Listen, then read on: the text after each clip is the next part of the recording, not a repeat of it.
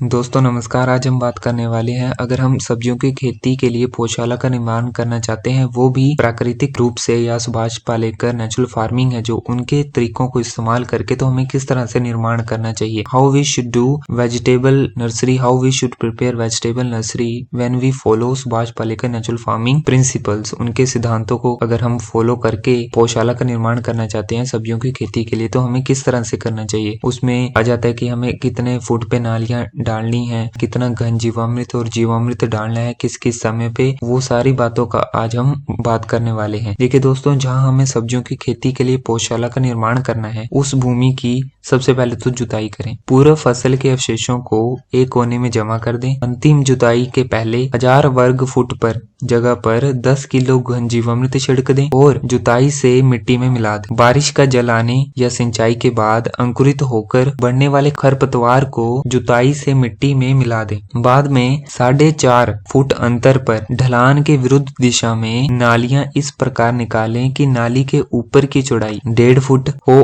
और गद्दी या बेड की चौड़ाई 3 फुट हो तथा नाली की गहराई 10 इंच हो। बाद में गद्दे पर या बेड पर फुवारे से, झरने से जीवामृत छिड़क दें। बीज डालने के लिए उंगलियों से जीवामृत कितना डालना है बाद में हम बात करते हैं। अभी आप सुन लें। जीवामृत से जीवामृत छिड़क दें। बीज डालने के लिए उंगलियों का भी आप इस्तेमाल कर सकते हैं। उंगलियों से आपको 3 इंच के अंतर पर बेड पर या गद्दी पर रेखाएं बनानी है। मिर्च, टमाटर, बैंगन, गोभी चाहे वो फूल या पत्ता गोभी हो, ब्रोकली के बीज बहुत ही बारीक होने से एक साथ अनेक बीज एक ही जगह पर गिर जाते हैं, इसलिए जिससे पौधों का सही विकास नहीं होता और जब हम खरपतवार उखाड़ना चाहते हैं तो ये सारे पौधे एक साथ उखड़ जाते हैं। और पौधों में सूर्य प्रकाश के लिए प्रतिस्पर्धा भी निर्माण होती है, उनमें कंपटीशन होने लगता है स्पेस कम होने की वजह से, अगर हम एक ही जगह पे ज्यादा बीज फेंक देंगे। इससे बचने के लिए इनके बीजों का बीजामृत से संस्कार करने के बाद, उनको बीजामृत से सीड ट्रीटमेंट करने के बाद बीज की मात्रा का 10 गुना घन जीवामृत मिलाकर उंगलियों से कतारों में बीज हमें डालने हैं। कतार निकालने में ऊपर आए मिट्टी से ही बीजों को ढक दें। 3 से 4 इंच जाड़ा आच्छादन से ढक दें। आच्छादन से हमें फिर ढक देना है, अगर हम पराली मिलती है, जो भी अवशेष फसलों के अवशेष होते हैं उससे हमें ढक देना है उनको। आच्छादन से बीजों को अंकुरित होने के लिए आवश्यक सूक्ष्म वातावरण का निर्माण होता है, या जिसको कहते हैं इंग्लिश में माइक्रो क्लाइमेट का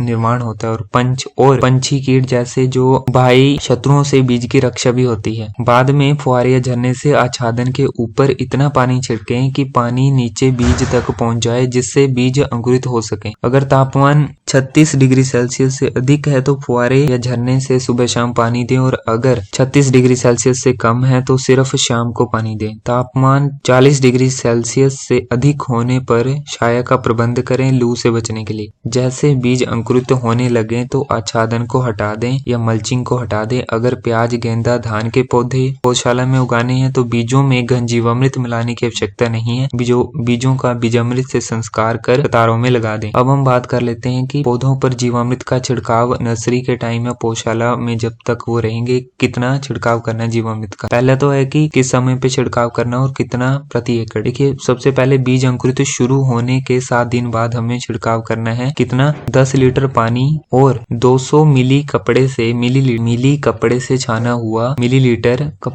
हुआ जीवामृत। और दूसरा छिड़कना है पहले छिड़काव के 7 दिन के बाद, वो भी 10 लीटर पानी लेना और उसमें 500 मिली कपड़े से छाना हुआ जीवामृत लेना हमने। और अंतिम छिड़काव पौधशाला के समय में जब ये पौधे रहेंगे तो अंतिम छिड़काव करना है पौधे उखाड़ने या रुपाई के 5 से 7 दिन पहले। वहाँ पे 10 लीटर पानी लेना है, 200 मिलीलीटर हम खट्टी लस्सी ले सकते हैं, जिसको मट्ठा छाछ भी बोलते हैं, वो 3 दिन पुरानी, जिसको सोर बटर मिल्क बोलते हैं इंग्लिश में। अब तो ये 3 छिड़काव करने हैं पौधशाला के समय में। इस प्रकार इस पौधशाला में समान ऊंचाई के हरे भरे मजबूत बेदाग बलवान पौधे तैयार होते हैं। रोपाई के पहले, ट्रांसप्लांटिंग के पहले इनकी जड़ें बीजामृत में डुबोकर फिर रोपाई करनी है, फिर ट्रांसप्लांटिंग करनी है। तो दोस्तों, हमने ये बात कर ली कि हमें पौधशाला में पौधों को किस तरह से तैयार करना है, अगर हम जैविक खेती या प्राकृतिक रूप से उनको तैयार करना चाहते हैं। तो दोस्तों, इस वीडियो में इतना ही। नमस्कार।